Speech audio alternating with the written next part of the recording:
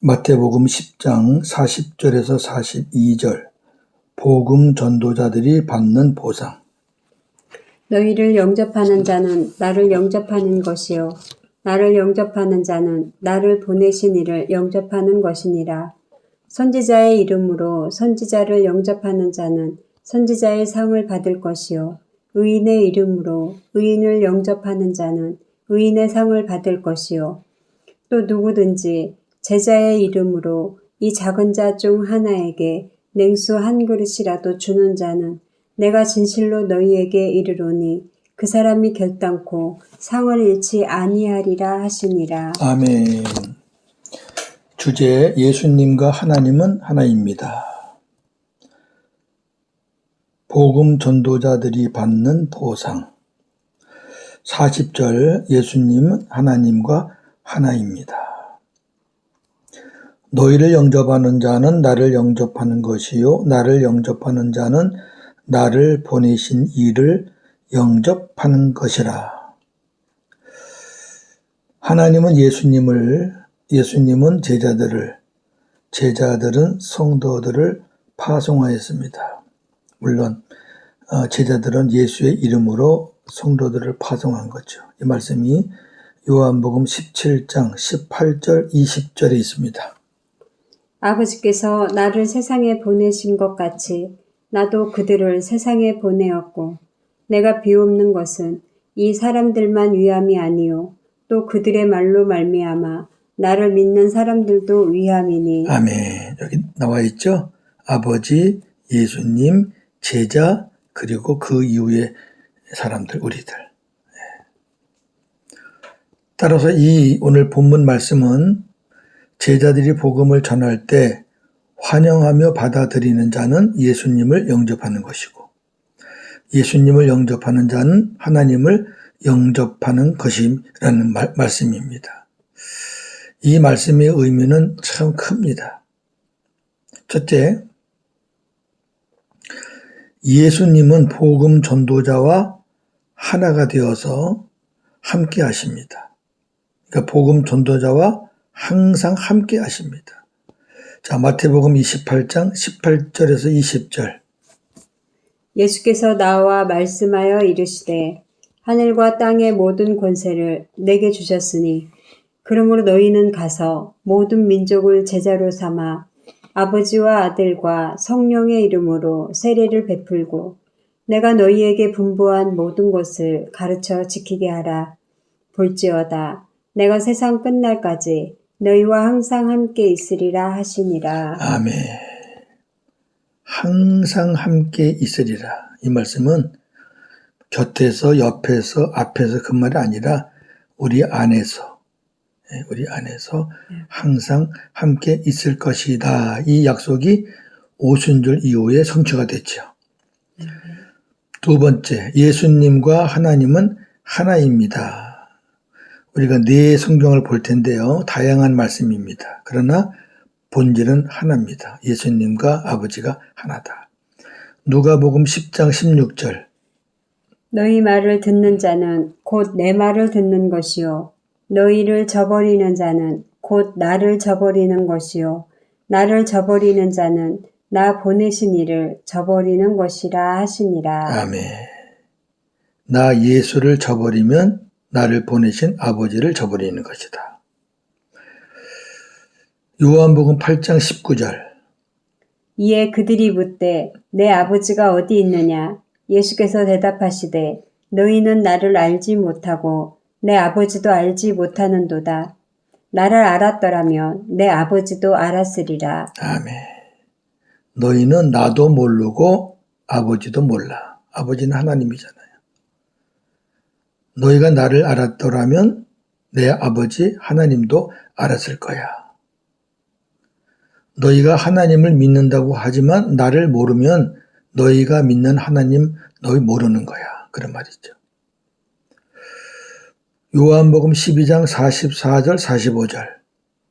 예수께서 외쳐 이르시되 나를 믿는 자는 나를 믿는 것이 아니요 나를 보내신 이를 믿는 것이며 나를 보는 자는 나를 보내신 이를 보는 것이니라. 아멘.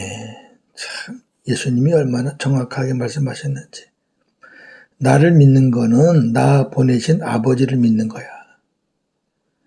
나를 보는 거는 나를 보내신 하나님을 보는 거야. 아멘. 요한복음 15장 23절. 나를 미워하는 자는 또 내 아버지를 미워하느니라. 아멘. 너희가 나를 미워해? 그러면 내 아버지 하나님 미워하는 거야. 너희들 하나님 섬긴다며? 하나님을 공경한다며? 근데 나를 미워해? 그러면 너희들은 아버지를 미워하는 거야. 세 번째, 복음 전도자를 영접하는 것은 하나님과 예수님을 영접하는 것입니다. 요한복음 13장 20절. 내가 진실로 진실로 너희에게 이르노니 내가 보낸 자를 영접하는 자는 나를 영접하는 것이요 나를 영접하는 자는 나를 보내신 이를 영접하는 것이니라. 아멘. 예수님이 보낸 제자를 영접하는 것은 나를 영접하는 것이고, 오늘 말씀과 같은 거예요. 나를 영접하는 것은 나를 보내신 이를 영접하는 것이다.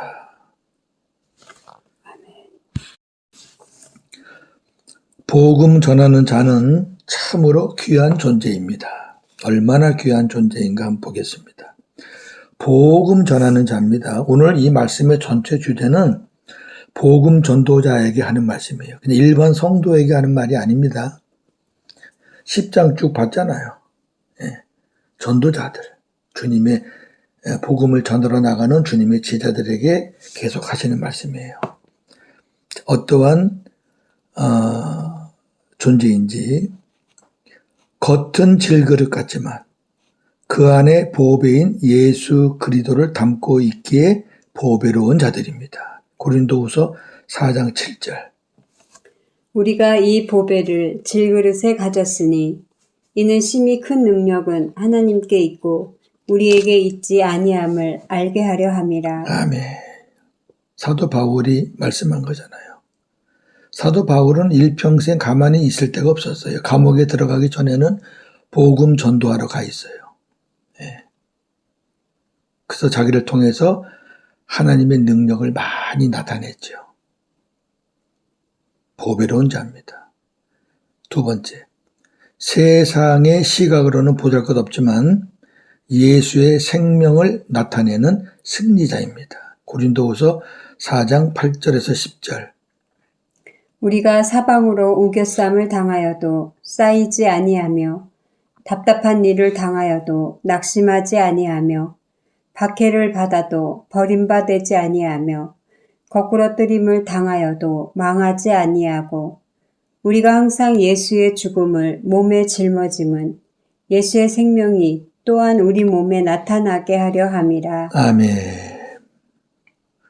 복음을 전함에 순탄하겠어요. 사방으로 우겨쌈을 당해요.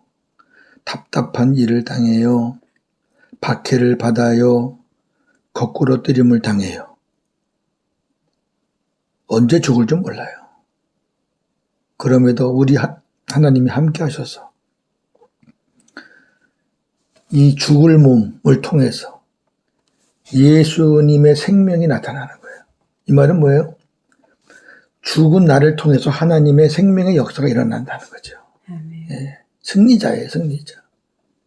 겉으로 보면은 진짜 보잘것없죠. 복음을 전하는 이 사도 바울이 입었던 옷이 어떤 옷일 것 같아요? 형편없죠. 예. 그러나 그를 통해서 하나님의 영광이 나타나고 있잖아요. 아멘. 세 번째, 어떤 존재인가?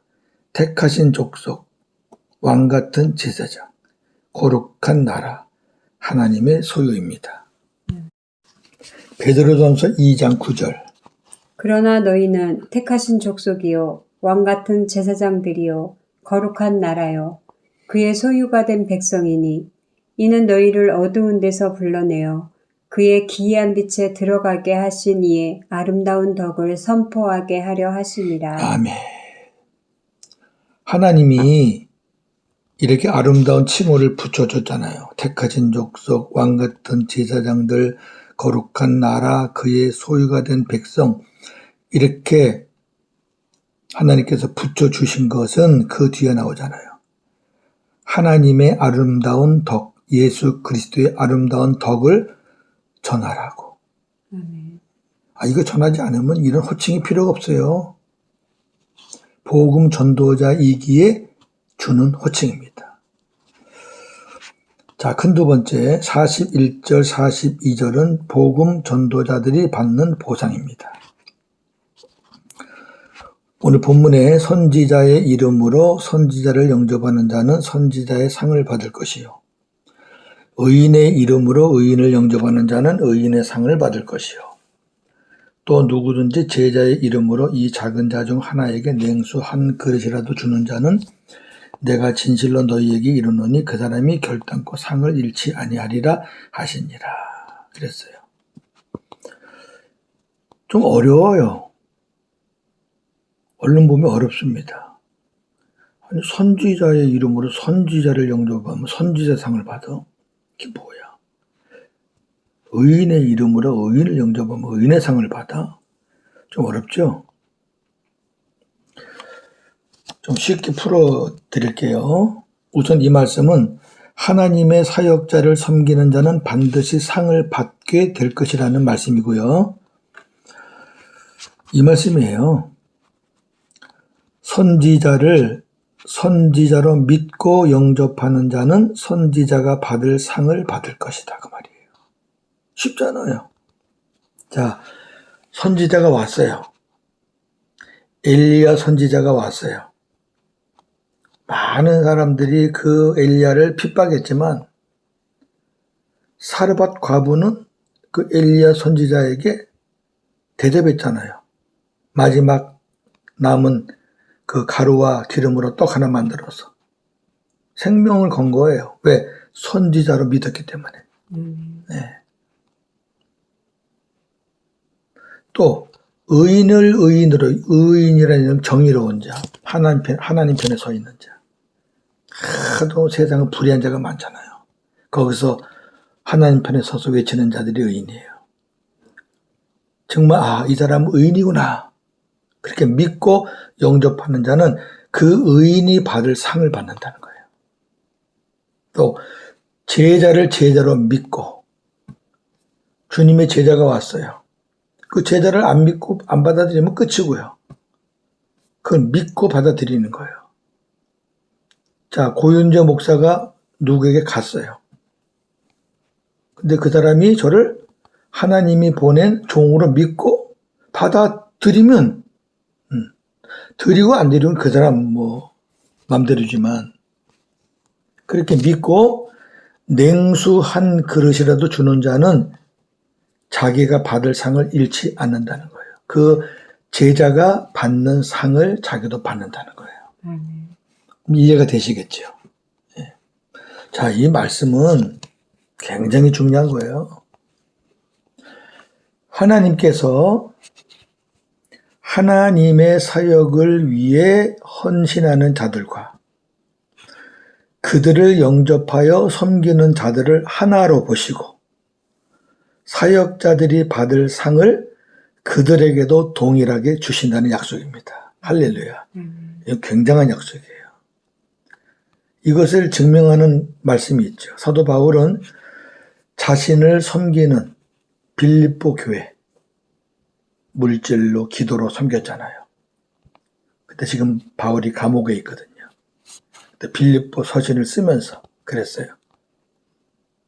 너희가 내 사역에 함께 동참했다. 물질만 보내고 기도만 하는 것으로 끝낸 게 아니라 내가 하는 복음 사역에 너희가 함께 참여한 거다. 이렇게 증언합니다. 자, 빌립보 1장 7절. 내가 너희 무리를 위하여 이와 같이 생각하는 것이 마땅하니 이는 너희가 내 마음에 있음이며 나의 매임과 복음을 변명함과 확정함에 너희가 다 나와 함께 은혜에 참여한 자가 됨이라. 아멘. 자, 복음을 전하다가 감옥에 갇힌 거, 복음을 전하면서 변론하는 거, 변호하는 거, 또 복음을 담대하게 전하는 거, 이 모든 것에 너희가 함께 참여했다 그 말이에요. 그건 바울이 받을 상을 같이 받는다는 거예요. 우리 목회자들은 이러한 담대함을 가지고 복음을 전해야 될 것이고, 또 성도들은 정말 이분이 하나님이 보내신 사역자구나, 하나님이 사랑하시는 종이구나, 이렇게 생각되면 여러분 성심으로 섬기세요. 그러면 그분의 그 사역자의 상이 여러분에게 가는 겁니다. 이렇게 멋있는 복음을 왜 놓칩니까? 저도 선교사라 저를 위해서 기도하는 분들 많아요. 그리고 저를 위해서 또 후원해 주시는 분들도 많고요. 지금 코로나 때문에 좀 많이 어려움도 있지만, 그래서 저는 매일 그렇게 기도합니다. 물질로 후원해 주고 기도로 섬겨주는 우리 동력자들, 같은 은혜의 사람이라고, 저에게 주시는 그 하나님의 은혜 상급을 그들에게도 같이 주실 줄로 믿습니다라고 그렇게 기도합니다. 하나님 말씀이잖아요. 이거를 불편한 마음으로 하시면 안 돼요. 그럼 안 하는 게 좋고요. 야, 그런 비밀이 있구나, 오늘 말씀이 그런 말씀이구나, 이렇게 믿어지면 기쁨으로 하세요. 나는 물질이 없는데요. 아니에요. 그 다음을 보세요. 하나님께서는 성도들의 큰 섬김만이 아니라 냉수 한 그릇같이 작은 것이라도 예수 그리스도의 이름으로 마음으로 섬기면 상을 주신다는 것입니다. 누가복음 9장 48절. 그들에게 이르시되 누구든지 내 이름으로 이런 어린아이를 영접하면 곧 나를 영접함이요, 또 누구든지 나를 영접하면 곧 나를 보내신 이를 영접함이라. 너희 모든 사람 중에 가장 작은 그가 큰 자니라. 아멘. 오늘 이 말씀 중 마지막 끝에 있는 거 보세요. 너희 모든 사람 중에 가장 작은 그가 큰 자니라. 이 말이 무슨 말이죠? 가장 작은 자는 뭐예요? 어린아이 같은 자. 그러니까 내가 누군가를 섬기잖아요. 근데 그 섬김을 받는 사람이 작은 자가 아니고 동시에 큰 자래요. 의미를 아세요? 내가 어린아이를 섬겼지만 나는 큰 자이신 예수님을 섬겼다는 거죠. 굉장한 말씀이에요. 예. 냉수 한 그릇은 다 할 수 있잖아요. 예. 저에게 어떤 분들이 그래요. 선교사님 마음은 있는데 너무 어려워서 그래요. 그냥 마음 있는 것만 하시면 돼요. 저는 아주 소액을 해 주신 분도 너무너무 감사하고요. 예. 좀 넉넉하신 분들은 또 좀 넉넉하게 해 주시니까 또 감사하고요. 그러나 어찌 됐든 제가 열심히 사역해서 하나님 앞에 상을 받고 칭찬을 받는다면 그 상과 칭찬도 그분들에게 함께 돌아갈 줄로 믿습니다. 복음 전도자들은 고난과 박해를 당하기도 하지만 거기에 따른 하나님의 보상이 있습니다. 또한 복음 전도자들을 영접하여 섬기는 것이 쉽지 않은 일이죠. 그러나 복음 전도자들이 하나님께서 보내신 사역자라는 것을 믿고 중심으로 영접하여 섬기면 복음 전도자와 동일한 하나님의 보상이 있습니다. 그러므로 궁극적으로 고난과 박해는 저주가 아니라 축복이고 무익한 것이 아니고 유익한 것입니다. 할렐루야. 정리합니다. 복음 전도자를 영접하는 것은 하나님과 예수님을 영접하는 것입니다. 따라서 복음 전도자를 영접하고 위로하고 대접하는 것은 곧 하나님과 그리스도를 대접하는 것이므로 하나님의 보상이 있습니다. 갈라디아 교인들은 사도 바울을 예수님처럼 천사처럼 영접하였습니다. 갈라디아 4장 14절. 너희를 시험하는 것이 내 육체에 있으되 이것을 너희가 업신여기지도 아니하며 버리지도 아니하고 오직 나를 하나님의 천사와 같이 또는 그리스도 예수와 같이 영접하였도다. 아멘. 그렇게 영접을 받았어요. 이는 바울이 위대하였기 때문이 아니에요. 사도 바울이 전하는 복음이 위대하였기 때문입니다. 예수님이 위대하신 거죠. 이것이 바로 복음을 전하는 자들이 고난과 박해를 받는 동시에 받는 영광스러운 복입니다. 사도 바울은 자기 안에 계신 그리스도를 힘입어 담대하게 복음을 전하였습니다. 골로새 1장 28절 29절. 우리가 그를 전파하여 각 사람을 권하고 모든 지혜로 각 사람을 가르침은 각 사람을 그리스도 안에서 완전한 자로 세우려 함이니 이를 위하여 나도 내 속에서 능력으로 역사하시는 이의 역사를 따라 힘을 다하여 수고하노라. 아멘. 골로새 1장 27절 이 말씀 바로 앞에 하나님의 비밀을 말하면서 그 비밀은 우리 안에 계신 예수 그리스도라 그랬어요. 오늘 29절은 그 예수 그리스도께서 주시는 힘을 덧입어서 나는 복음 전하는 일에 수고한다. 그렇게 말씀하고 있어요. 우리 힘으로는 못해요. 내 안에 예수님이 계시고 또 성령께서 기름을 부어주시니까 감당할 수 있는 거예요. 사도 바울이 그랬다면 우리도 내 안에 계신 그리스도를 힘입어 담대히 복음을 전해야 할 것입니다. 오늘 말씀은 누구를 대상으로 하신 말씀이라고요? 복음 전도자들. 상황이 힘들고 어렵다고 주저앉으면 하나님이 함께 하시지 않습니다. 어떻게 함께 하시겠어요? 주저앉아 있는데. 우리가 일어나서 복음을 전할 때 하나님이 함께 하십니다. 할렐루야. 아멘. 오늘도 복음으로 승리하는 하루가 되기를 주님의 이름으로 축원합니다. 아멘. 하나님 오늘 우리에게 참 귀한 말씀을 주셨습니다. 우리가 예수님과 하나라는 것 참으로 기적 같은 일입니다. 예수님과 하나님이 하나라는 것 참으로 놀라운 일입니다. 복음을 전하는 자들을 영접하는 것은 예수님과 하나님을 영접하는 것이라고 그랬습니다. 복음 전도자들은 그런 당당함을 가지고 복음을 전하기를 원합니다. 또한 복음 전도자들에게 복음을 받고 듣는 사람은 그 복음 전도자를 믿고 영접할 때, 섬길 때 그 전도자들의 상을 동일하게 받는다고 하나님이 약속해 주셨습니다. 그러기에 우리는 어려운 주의 종들을 섬기고 선교사들을 섬기고 있습니다.